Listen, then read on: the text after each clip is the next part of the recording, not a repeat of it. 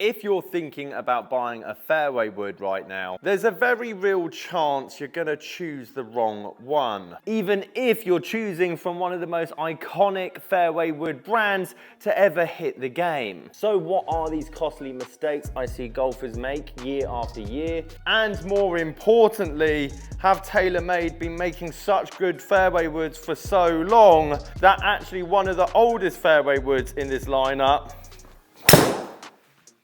could actually be better for you. Guys, how you doing? Welcome back to a brand new video. Simon here, SAS Golf Academy, where I do all my in-person teaching as well as my online tuition and second-hand club fitting. And today's video, I want to focus on TaylorMade fairway woods, arguably some of the best fairway woods to have come out in the last 10 years. That being said, I want to split this video down the middle. The first half are the do's and don'ts of how to find the perfect fairway wood for your game. And the second part, the tech, the R&D, because this TaylorMade M2 came out in 2016, and I've got more updated versions of that said fairway wood when we're talking about twist face, carbon everywhere, lower CG, higher MOI, these buzzwords we see all the time, but does that actually correlate to anything more when we start hitting a few throughout this video? So let's just jump right into it, and maybe a tick in the box for the M2 here for some of you watching this video,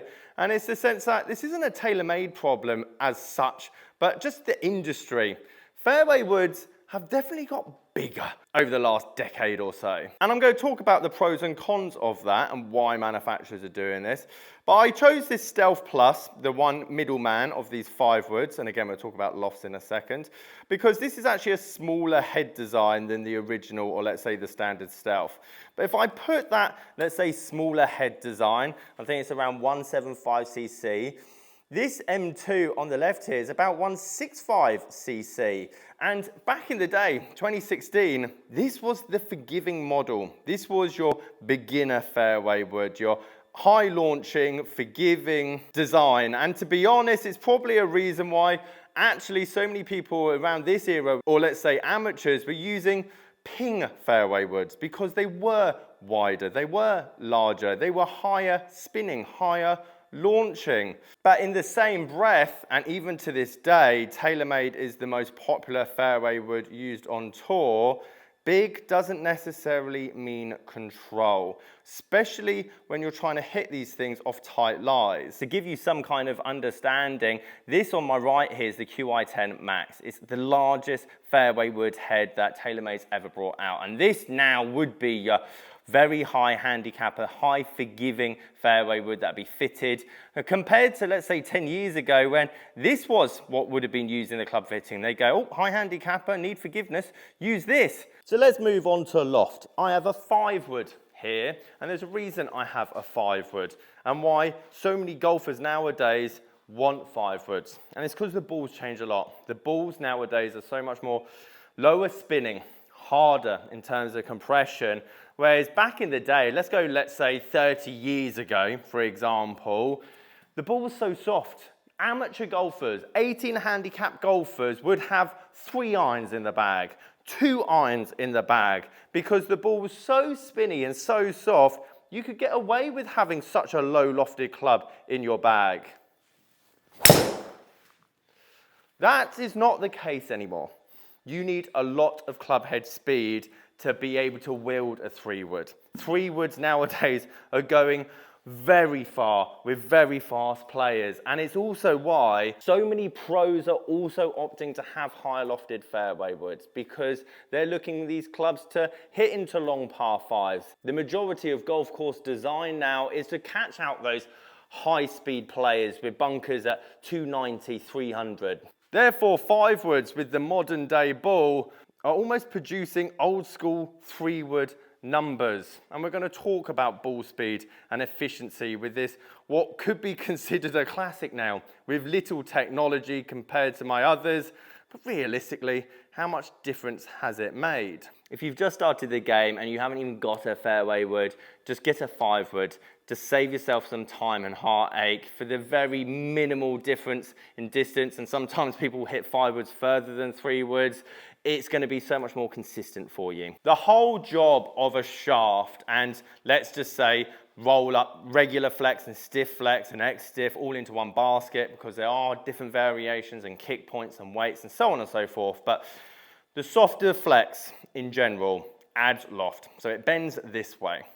And again, because I'm using a relatively low lofted club, when you put it against a pitching wedge, for example, I do want help to, well, get the ball up in the air.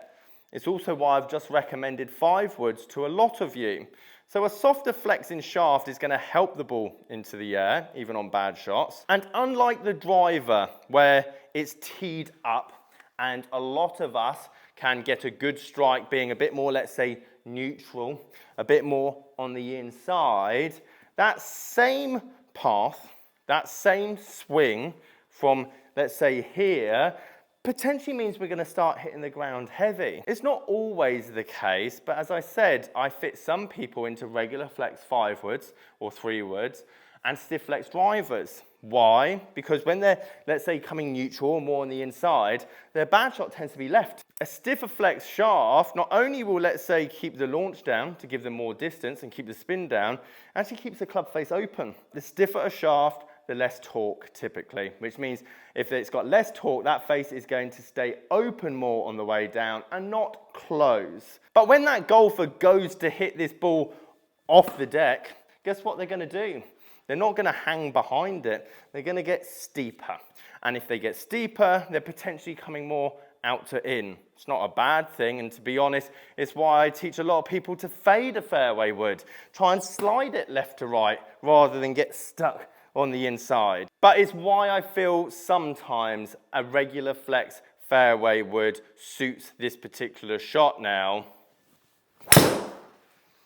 Because actually, now I'm coming slightly out to in, I want the face close to the target slightly. I don't want it open to the target.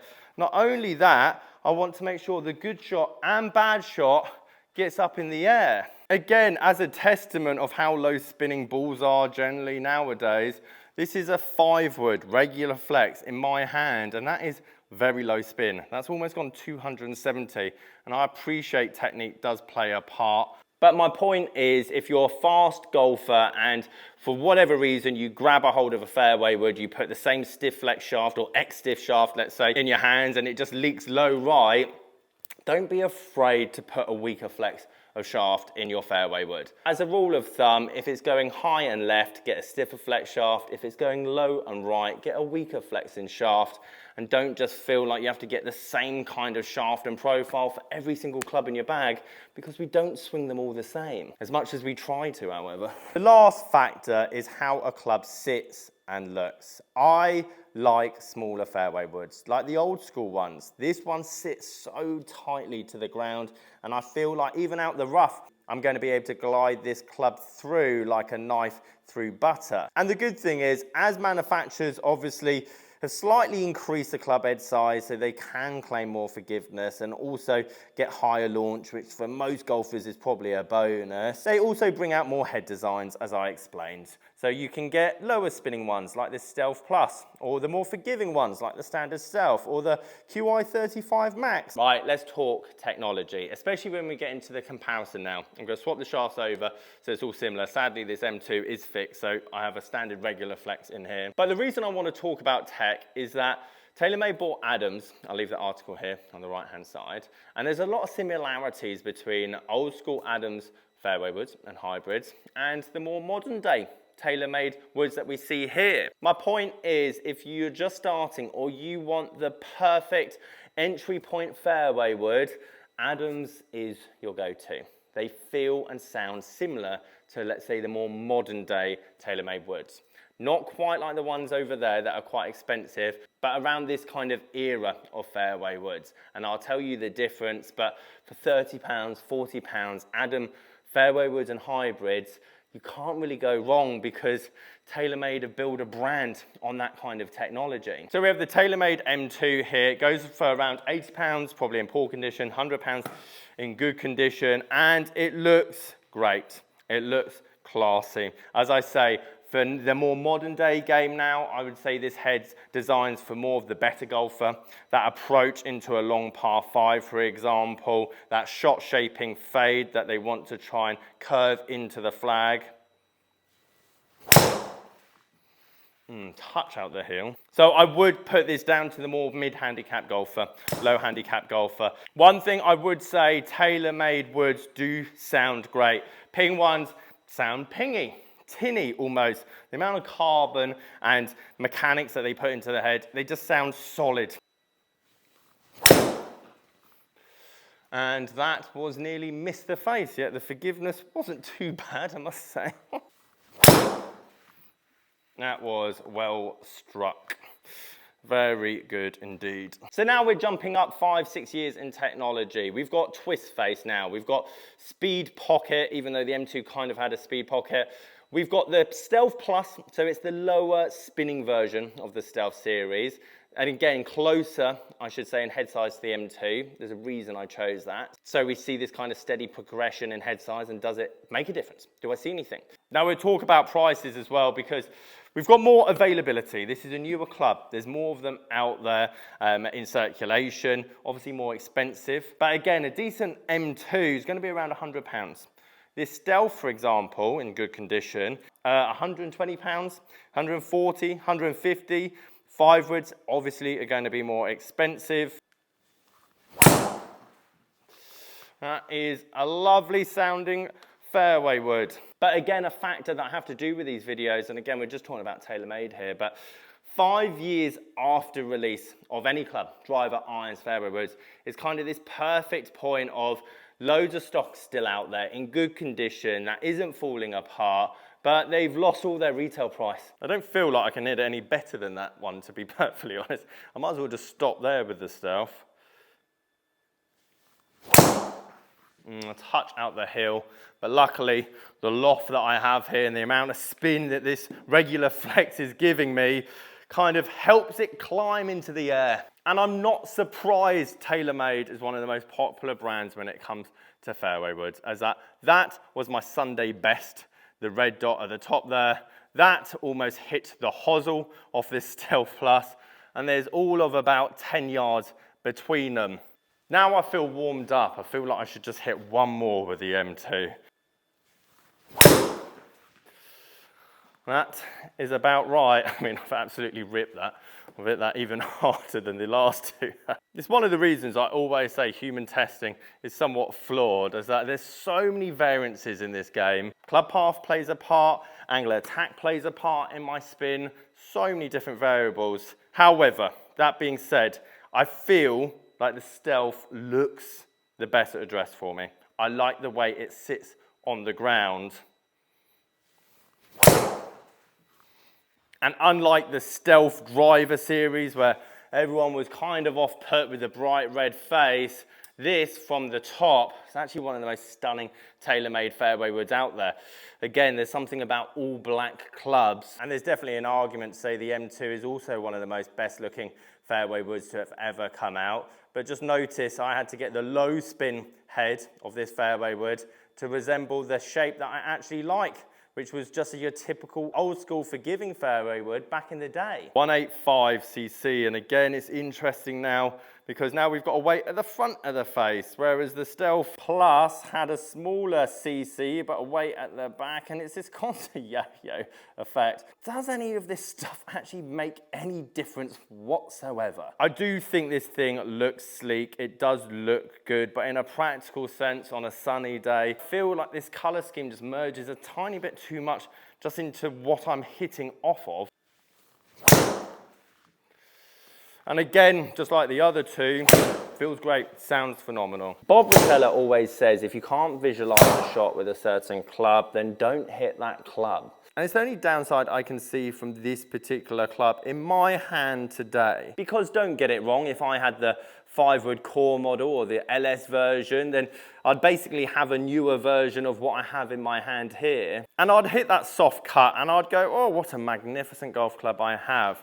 But my point is, loft, head design, shaft is such a crucial part in this game to finding the most out of your ability. Not necessarily always technology. And even though TaylorMade have made some of the best fairway woods and hybrids over the last decade or so, we can't ignore the raw fact of ballistics and just overall confidence that a club gives you. And it's why I feel I hit this the best today, because I could visualize that straight cut with this better than the other two by a mile. But the point of today's video is what works for me, i.e. that Stealth Plus, potentially wouldn't work for someone else. I'm not talking tech, I'm talking head design, I'm talking loft, I'm talking shaft. But I'm also talking about the nuances in this game, because I had a different shaft in that M2 fairway wood. I had the low spin model in the Stealth, and I had the bigger head of the QI35 that I wasn't even that confident with. However, if I had taken, let's say, all of the color coding out, and we just merged these into one particular shot, can we honestly say any of us with a blind testing would be able to tell the blindest bit of difference between all three of those clubs? And to prove somewhat of a point of technology not really making all that much difference and just overall club design, let's hit one with the QI10 Max. With again a regular flex shaft, it's fixed so I can't put it in the other two, 19 degrees, big head. It is going to spin more. It is going to launch higher. It is not going to go as far, but is it forgiving? Is it confident building for, let's say, that beginner golfer that likes the feeling of a bus being behind them in their downswing? And if high launch forgiveness is the priority of your new fairway wood, get something that's big. Guys, if you've got any questions, sasgolfacademy.com. Catch you guys later.